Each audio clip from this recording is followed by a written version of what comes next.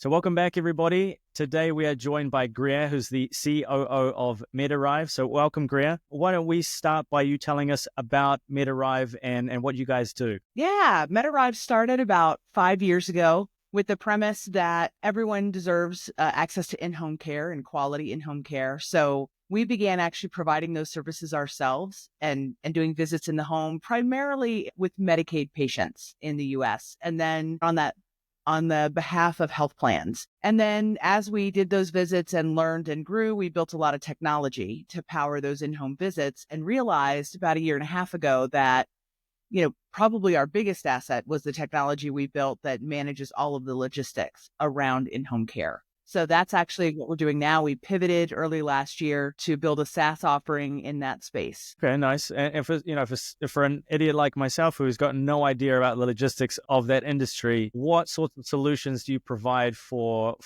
that niche, that sector? Yeah. So if you think about it, right, a lot of companies, a lot of industries, including like Amazon, for instance, have people going into the home, right? Going on a route, doing certain things on a schedule. There are tons of workforce management applications that do that for power companies, for all kinds of industries, the cable guy. What's different about MedArrive is we understand healthcare and we can integrate with a very complicated set of healthcare tools that primary care providers and health systems really have to use in order to deliver that care, have information about the patient. Again, the cable guy doesn't know a whole lot about you, but your healthcare provider certainly does. And so being able to protect that information, but also display it in ways that providers arrive at a home with everything that they need to perform the care is kind of where we add value. Okay, that makes sense.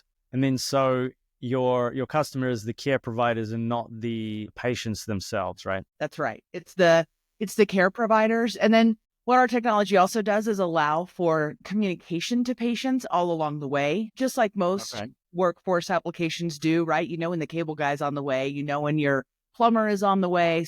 But in healthcare, because of the complexity of the space and the complexity of the technology, that's actually been pretty hard to get integrated tools that allow for communications to patients and providers, as well as monitor and track everything that's happening for the company that's sending those providers into the home. Okay, that makes a lot of sense. And so what if you pivoted just what you said last year or like So what is the vision now for the next 12 months? Yeah, so we're actually the goal is to bring on our first 5 clients this year in 2025.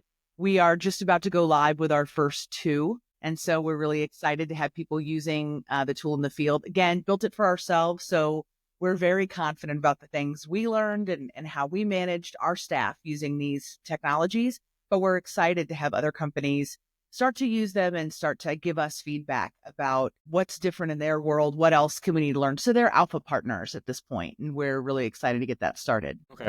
And if you look back on the last couple of years, what do you think have been the biggest challenges that you've faced? Because I see on your LinkedIn that you've switched roles recently. In the current role and even in the previous role, what have been some of the biggest challenges you've faced with MedArrive? Yeah. So when I was at MedArrive, the first go round, I was employee number 16 and I was part of managing our customer relationship. So I built that sort of piece of the business and enjoyed facing off with the health plans and our customers, did that work. But when the company decided to pivot, I actually was impacted by a layoff. And so left the company and went to work for another startup called FoodSmart, does amazing work. And then I got a call. I had kept a great relationship with our leaders. And I got a call from the COO who was departing. And that had been a planned thing. And she said, been thinking about it. And I think you'd be great to fit into this slot. And so came back as the COO.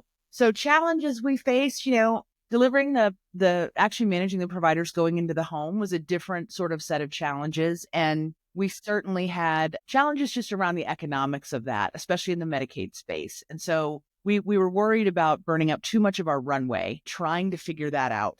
And so that sort of drove the pivot in concert with our board. I would say now the challenge is just trying to really understand what the market needs are and where the next best set of build is going to be. We have a lot of different directions we could take the software now.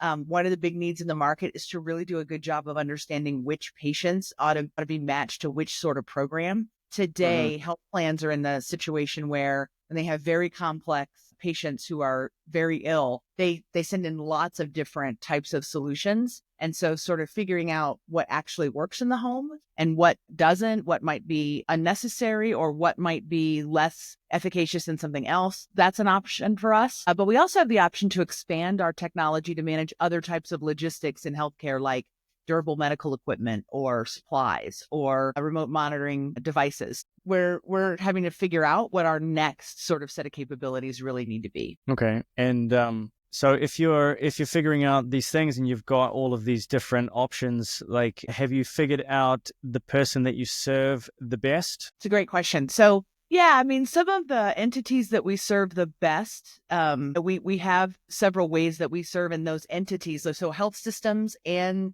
primary care providers who are our customers, we serve very well with the tools that we have today and the tools that we can see in the very next phase of our development. But we could broaden from there quite significantly. And so it's really kind of landing the plane on who's our next target and how do we expand best. Again, another option for us is to make an app for providers, where providers who want to do in-home visits and maybe they also want to pick up shifts at a hospital, use our provider-facing app to manage their schedule across many different organizations. And then they're sort of in the gig economy, like Uber drivers or like DoorDash drivers. So that's another option for us. So we're working really closely with our board to sort of test the market and figure out what's next.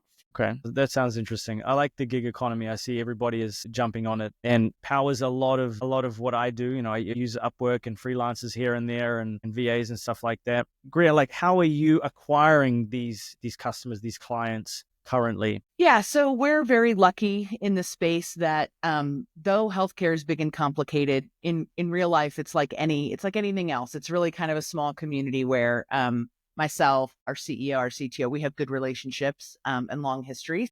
Our board is also extremely helpful in making connections with us. And so we do a lot to just put ourselves out there with relationships to understand needs. And that typically leads to the next step of deciding what sort of partnership we ought to have with an entity, or whether they're just not thinking about in-home care like we are. So yeah, we've actually not had a hard time filling our pipeline. That's been pretty easy. We're going to go to HIMSS, which is the Health Information Management Conference next month in Vegas, and meet a bunch of people there and talk about what we're doing. So a couple different ways, but yeah, it's building on those relationships and those networks. Okay, got it. And what sorts of things maybe have you tried that have worked well, other than the networking referral sort of stuff? And what things have you tried that maybe haven't worked so well? Yeah. So what we try that works well is when we really seek to understand what people are doing in the in-home care space. And part of what is really effective for us is that we did the work ourselves. So versus somebody who's sort of building something in their garage that they think is a great idea, we actually know for sure the space that we're in at a depth. I came from a social work background, and discharge planning in hospitals was the first 10 years of my career. So did a lot of the work to facilitate people getting what they needed at home for years. So when we show up and we can ask really good questions about the care that someone's providing, and it's clear that we know very well their challenges because we've lived them ourselves, that is very successful.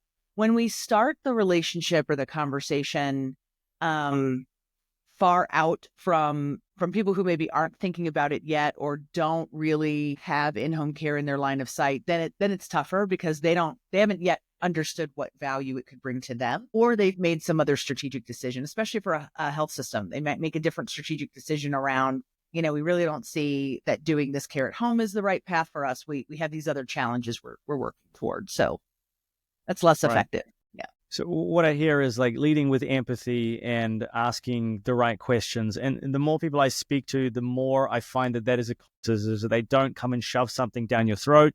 They ask questions, and then they just treat you like a normal human being, and they have a genuine connection and conversation with you, and then solve that problem that you tell them that you have. And what do you know? You have a successful business on your hands, So yeah. I love that. Yeah, and I would I would also just add to that yeah, it's asking the right questions. And then it's also, we're very transparent about where we are. So we are very transparent with people about if someone asks for a unicorn inside the software, we're very clear that we don't have a unicorn today. We don't know that a unicorn fits our roadmap. Yeah. but we can talk about what that mechanism would look like if they're wanting to build a unicorn. Or I've actually referred customers to other vendors. We've had people reach out to us who are actually looking for a staffing. They're looking for actual staff to do the work. And I've been glad to refer them on to other companies. So just really being honest about what we're doing and not doing. Okay, I like that. And how are you leveraging AI, if at all, in what you guys are doing? Yeah, so we actually have, so in the healthcare space, AI is nascent, yet there are a lot of companies in the space that are doing some very cool things around AI and documentation, AI and voice that are very interesting. And we believe that those technologies are going to be really important for our tool as we move forward. But we see it as something that could be pretty commoditized in the next year. And so Yeah. we focus on the things we're really great at. And then our plan is to, embed some of those tools once they're available into what we're doing. But we don't see the need to build it ourselves. There are a lot of challenges that are being overcome, again, in leaps and bounds every day around learning the language models that need to be learned and training AI agents to do patient outreach and all of those things. So we believe that there are a lot of folks chasing that who have been chasing it for a while. And we want to take advantage of that once that's available to us to bolt on to what we have today. Mm-hmm. Yeah, I think AI in healthcare is a really interesting use case. I'm excited to see where it takes us and what that looks like in several years. Where do you see any interesting emerging trends, maybe even around AI with healthcare or anything else that you're focused on right now? Yeah. So as we move forward and we really start to help understand what patients benefit from what types of in-home service and what can be demonstrated, that's where we really feel like AI that we would build in the future would be really powerful. So as we work with our alpha customers and then work with our next few customers and get a lot of patient data where we can actually analyze and slice and dice that data around who benefits, who engages, who really enjoys in-home care, who really what types of patients have great clinical outcomes, then I think there's a play for AI to really help analyze and put forward that data so that the insights are powerful enough to really target who needs in-home care. We think about the baby boomers, right? They're all going to want to be seen at home more than they're going to want to be in a hospital or in a skilled nursing facility. But figuring out who can be safe at home is really important. So that's where we see AI in the future and an emerging trend to really segment that patient population. Okay, that makes sense. And so I guess then, Greer, like finally, if you could go back to the beginning of your journey with MedArrive, what sorts of things might you change now that you have the luxury of hindsight? Yeah, that's a great question. So, I think we had in MedArrive 1.0, first version of the company, great culture of lots of people working together to make decisions, and probably too many people inside the leadership team all making decisions together and trying to have consensus.